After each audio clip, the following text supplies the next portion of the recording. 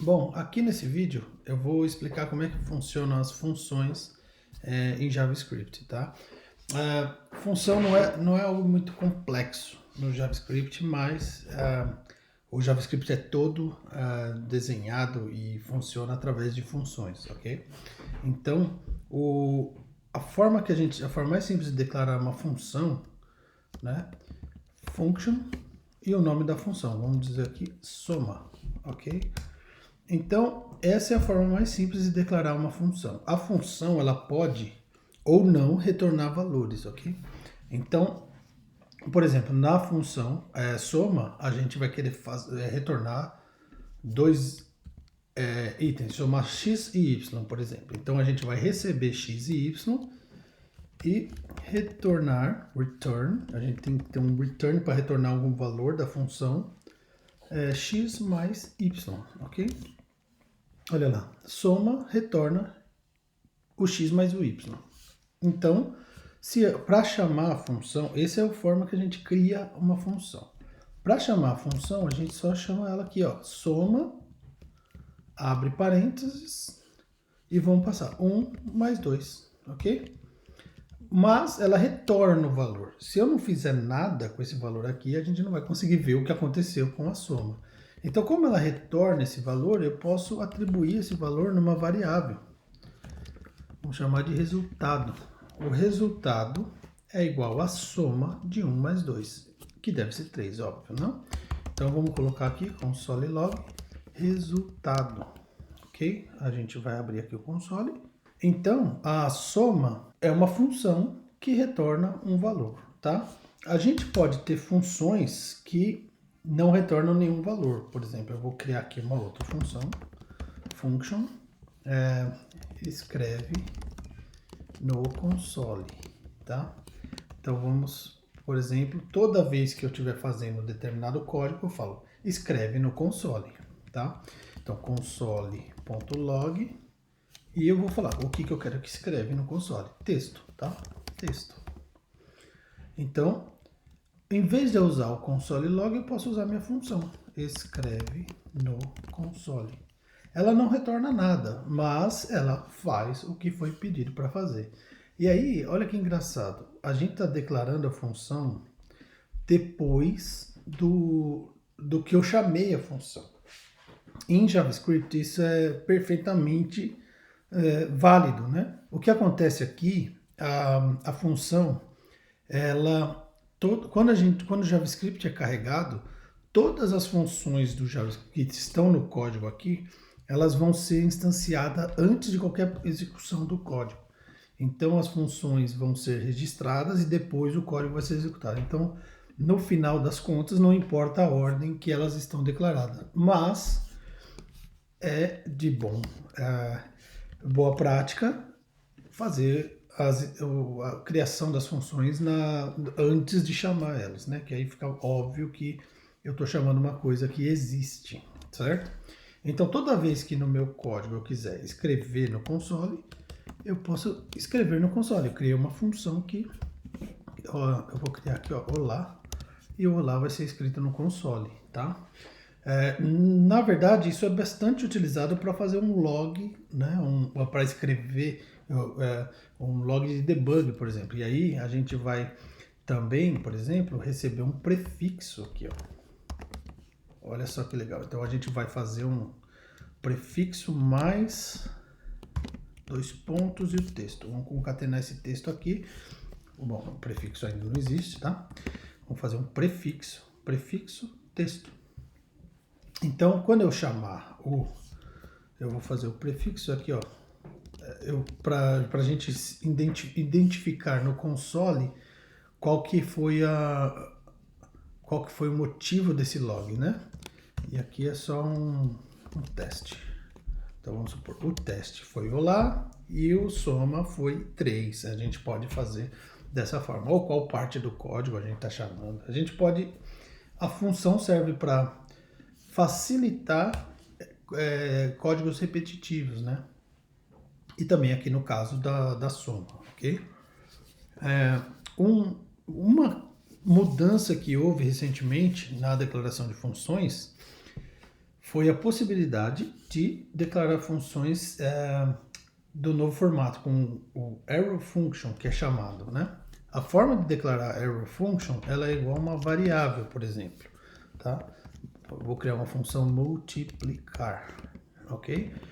Então ela é como se fosse uma variável, e aí aqui a gente vai abrir o parênteses depois do igual, né? E vai colocar uma setinha, e aí a gente vai abrir e fechar o bloco da função igual foi feita numa função normal, tá? Uma função, e aqui é o bloco dessa função. E a gente vai multiplicar x e y, ok? É a mesma coisa da outra função de soma, return x vezes y. Olha lá.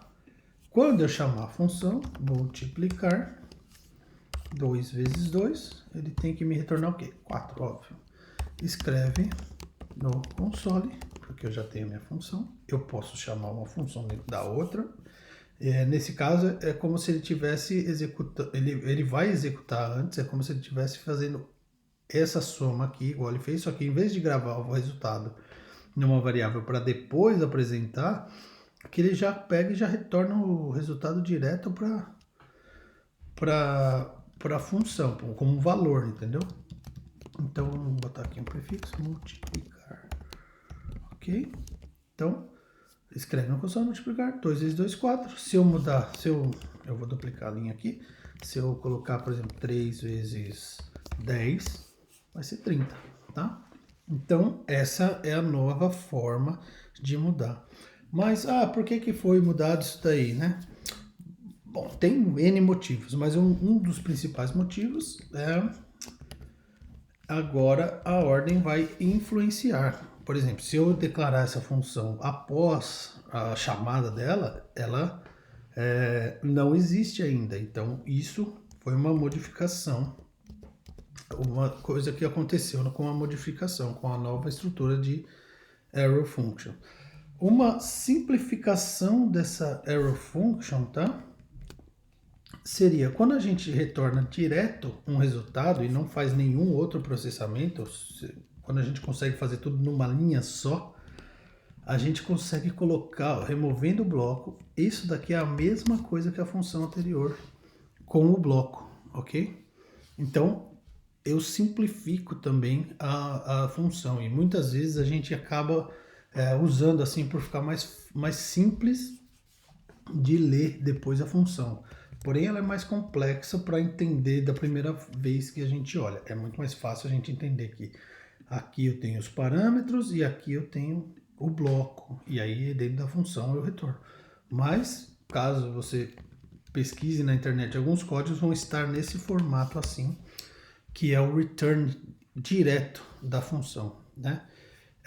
Essa foi uma das principais mudanças. A função basicamente é isso, não tem muito segredo com a função. O que tem são estratégias diferentes para vários parâmetros, por exemplo. Então, se eu posso receber na soma, por exemplo, tá? Eu vou criar uma nova função aqui mais evoluída, por exemplo, const soma é igual soma vários números, por exemplo, números. Eu posso fazer o seguinte, ó, num, por exemplo. Se eu usar esses 3 pontinhos num, aqui vai poder ter um monte de parâmetros. Deve ter um limite, mas você pode passar um monte deles, que ele vai ser transformado num array. E aí lembra que a gente trabalhava com array? Então, eu posso iterar esse array, tá? Então, eu posso fazer aqui, ó, num.forEach, e para cada número eu vou somando ele, né? ForEach é uma função também dentro de números, tá? De array, desculpa. Então, o ForEach já é uma função dentro de arrays. Então, isso nada mais é do que um parâmetro array que vai receber vários itens. Então, ele vai chamar num e pode ter quantos itens quiser. Eu posso chamar ele como ForEach. Então, ForEach vai ser aqui, ó, n, que é o número, ok? Vamos criar uma variável aqui, let total é igual a 0. Então, nós vamos somar os números que a gente recebeu, tá? Total mais n, que é o número atual. Então, a gente vai receber n números aqui, vários números, e quando a gente vai passar por todos os números que a gente recebeu, somando ao total. E aí no final, return total. Isso é uma função que recebe vários parâmetros. Não tem uma definição de quantos parâmetros soma vários números. Por exemplo, eu posso passar 1, mais 1, mais 1, mais 1. Vai ter que dar 4, certo? Const. Posso escrever de novo direto. Vamos salvar. Resultado soma. Então eu vou escreve no console a soma vários, e a gente vai conseguir somar vários. Eu não recebi nada como resultado. Então, o porquê que eu não recebi nada como resultado? Total é 0, total é mais n. Então, acho que eu não consegui receber os parâmetros aqui. Vamos dar um console log aqui. Não. E aí vem a parte que é a mais interessante, que a gente começa a fazer a depuração, né? Debugar o porquê dos erros. Então, aqui dentro do for each, ela é uma função também, né? Mas ela está bem mais simplificada. Ela é uma função que recebe um parâmetro e ela pode ter um bloco, certo? Vamos salvar aqui. Eu deixo aqui console log n. Vamos ver se a gente consegue receber os n's aqui. Conseguimos, tá? Ah, óbvio, eu fiz errado aqui. Aqui eu só estava somando, mas eu não estava retornando nada. Estava muito bom para ser verdade. Então, o total vai ser o total igual ao total mais n. Claro, eu tenho que falar, eu estou alterando o valor total para cada item. Então, total é igual ao atual do total mais n. Pronto, soma vários é igual a 4, certo? Porém, dá para simplificar ainda mais isso. Eu posso fazer aqui, ó, mais igual a n. Então, ele vai pegar o valor atual mais n. E aí ele vai acumulando o valor de n na variável total.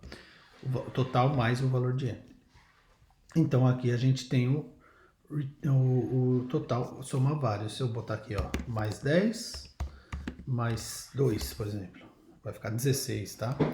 Então, essa também é uma forma útil, e muitas vezes a gente acaba usando quando a gente não sabe a quantidade de parâmetros que vai receber, e esse aqui é um parâmetro de tipo um array de parâmetros, é a forma que a gente recebe. Eu também poderia receber esse array dessa forma aqui, ó, tá?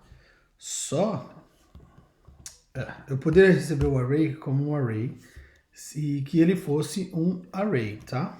Mas aí eu teria que declarar ele como array na declaração, tá? Na hora de chamar a variável, tá? Então, ela é uma variável normal, que ela, na verdade, ela recebe um array, então ela poderia, e funciona da mesma forma. Eu posso receber um array, ou eu posso receber vários parâmetros. Depende como que é a sua implementação, ok? Na verdade, é mais comum receber um array de parâmetros, tá? Porque é mais fácil para a gente chamar dinamicamente um array de parâmetros do que chamar dessa forma. Mas é bom entender que existe essa forma, tá? Quando a gente não sabe a quantidade de parâmetros que a gente vai receber. Bom, de função, acho que é isso. A função, ela ajuda muito no código e a gente sempre que precisa, sempre em JavaScript vai acabar utilizando função para qualquer coisa. Então tem muitas funções que já são até criadas automaticamente para a gente, já são entregues pelo JavaScript, como essas do array que a gente viu na aula passada. Então, o vídeo de hoje é isso.